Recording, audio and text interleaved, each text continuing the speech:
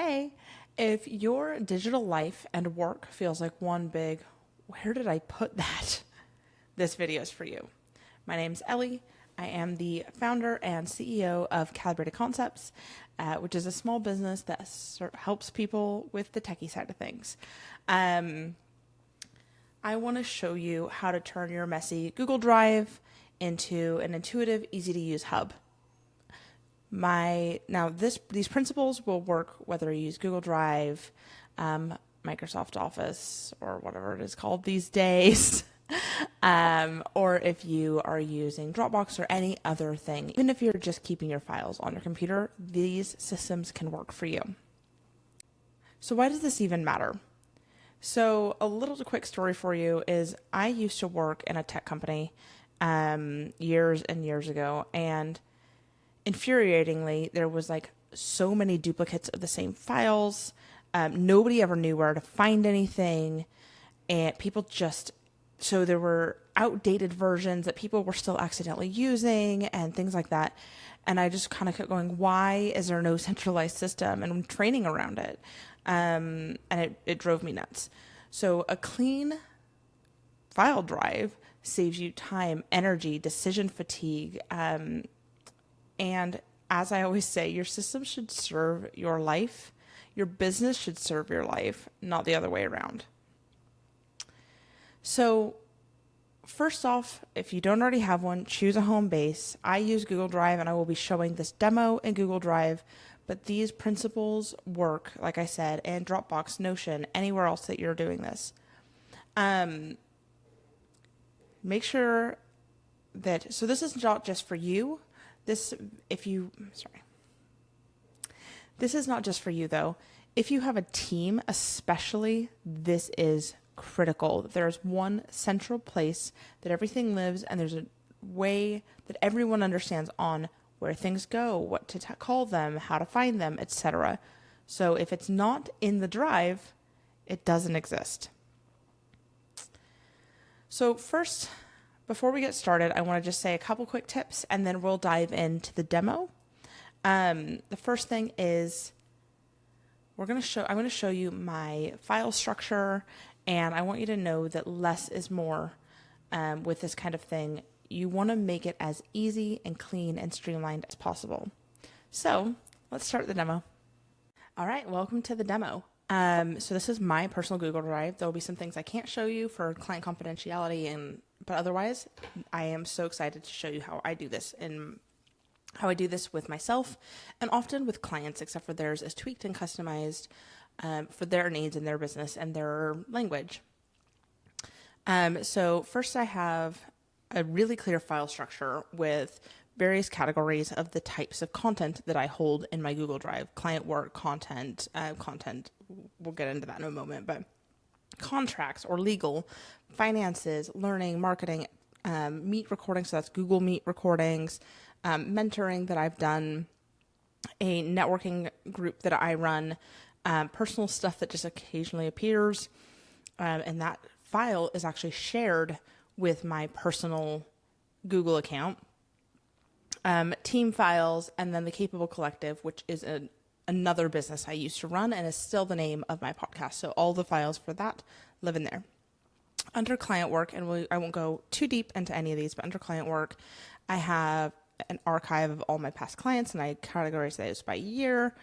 I have my new client docs. Some of these are old and probably could be tidied even further, but I like having them from reference. And this is the main one I use here. I send this content branding workbook to all of my website clients. I also wanted to show you, because I couldn't show you my clients, that I also keep a file for every single one of my active clients, just usually sitting here in the client work project. I've tucked them into this folder here for hidden for video. But in here, I typically title this as client name, project type, and date that they've started. So you can see that here, project start date. And that helps things be really, really clear for myself and my team about what's coming up and what we have going on. Under content, this is pretty robust. I have blog content, collaborations I've done, digital offers, design assets, podcast assets. That is shortcutted back to the Capable Collective, so to my podcast. Templates, swipe copy, all sorts of things in here. So if you go to blog post done, there are loads and loads, and you can see they are super titled for what the content is. Under, say, design, I have background images, and they're all categorized as well. And I used to get a lot of stock things, and so they're all really, really, I just have a lot of assets, design assets. So I've got those in here. And feedback, case studies, freebies, like all sorts of things in here. I've got website copy for my own website and resources around that over the years. I also have graphics of websites I've designed. Now, some people would say that those could live under photos. They could, but for me, it makes more sense to keep these pretty close together. So, finances, I've got these organized by various years. You can see that when I was in the UK, these were done from their fiscal year runs from like April 5th through April 4th every year. Whereas now that I'm in the US, it's just going to be 1 year. I have some templates and my end of month spreadsheet. And you can see if I go into that, those are labeled like this almost every time. This one is incorrect. So it should say 2025 at the end of that. And that way it's just really easy to search for the appropriate thing. So, don't want to get too much into all this. We've got all my meet recordings. I can't show you those, but those are organized by client or recording, who I'm recording with. I have some team files. So this is going to be headshots, contracts with the team, get to know you forms, resumes, those kinds of things in here. And then we have my other business, which has a lot of the same type of content and file system, but it was a shorter run business. I only ran this for about 1.5 years. And so it's a very different, but I wanted to tuck it in here as well. It's also got all the podcast content in here under its own content library. So that is how I structure everything. I wanted you to be really clear that I name files really consistently. I'm really detailed with them. I want them to be searchable. I also mark my templates. So if I put template in here, first off, they're typically template here. And then we've got template listed in the title as best as possible. If I go to advanced search, if I actually just open that search further, you will see I have quite a lot of templates, and it makes it really easy for me to find them if I title them correctly. If other little tips for organizing your Google Drive, you'll notice that anything that I want to appear right at the top, I put a little dot in, both in documents and in folders, and that means they will always be the first thing on the left. And at least in this structure, I like this organization. I'm not as big of a fan of this. However, some people are.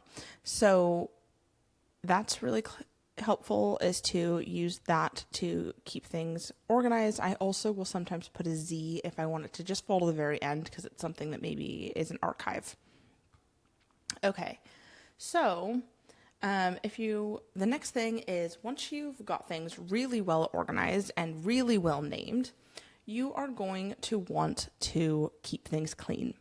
Schedule in a time, whether that be monthly or quarterly or even annually, depending on how many files you have, to go in and double check that everything is filed away correctly, that there's no just like straggling files. There's always going to be a couple. I have a couple here, but they're filed away as best as possible in all these subfolders, that they're named well. And one of the easiest ways to do this is to go in and search to organize things by, most recently modified or oldest modified, to help you clean up and get rid of maybe old files. I also highly recommend for template type files or SOP type files, lots of types of files, to have a last modified date right at the top of the document, so that your whole team can see, it hasn't been changed in a couple of years. Maybe it's time, or, oh, we changed this recently, but maybe didn't change. I changed this process recently, but maybe it's not reflected in the document. Using shortcut folders is something we've already talked about, but making sure to multi-home things by letting them live in more than one place by going to organize and adding a shortcut. And that really helps things to be able to live in more than one place. Also sharing files, right? Like we talked about. Please delete files that you don't need anymore. Digital hoarding is still hoarding. I'm going to do a couple quick things here. One is make my little face bigger for you guys. I didn't notice. And the other is I haven't been working out of this Google Drive with all this content you've seen for years, and I still only have 85 gigs because I'm not afraid to delete things. So please be okay sometimes deleting things. Digital hoarding is still hoarding. All right. So here's some tips and tools to make it really easy for yourself.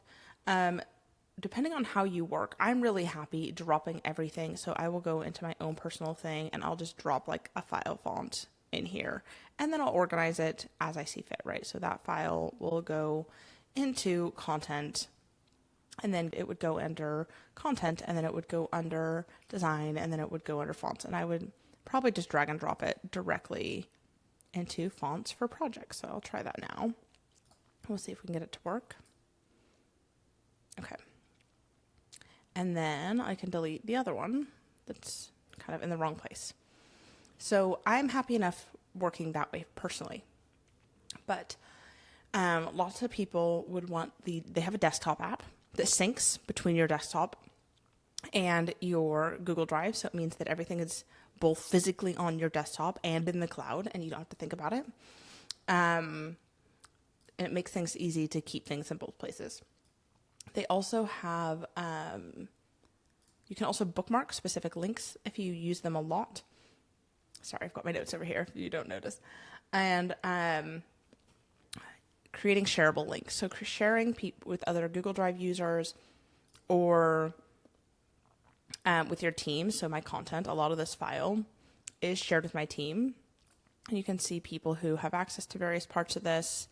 And if I go to share, I can adjust who has access. I can copy a link and send it to my team, etc.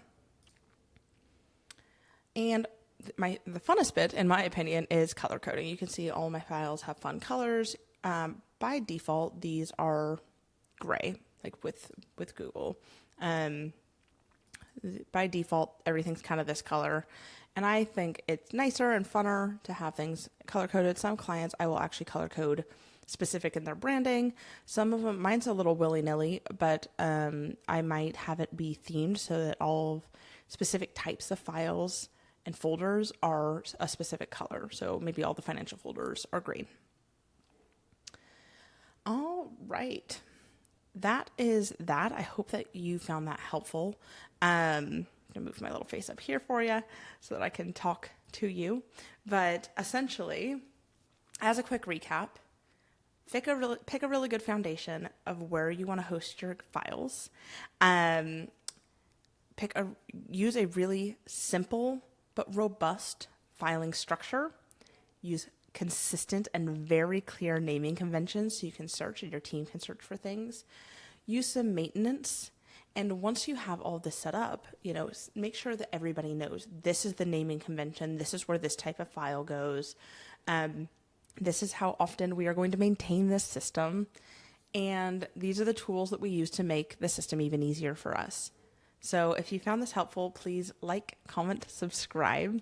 If you feel like you have more digital clutter and admin frustrations in your life that you would like some help with, I have a really useful quiz. It's free. It's got so many good resources for you. You can find it down in the description, along with some other fun resources. All right. Again, I'm Ellie. I'm from Calibrated Concepts. Have a good day.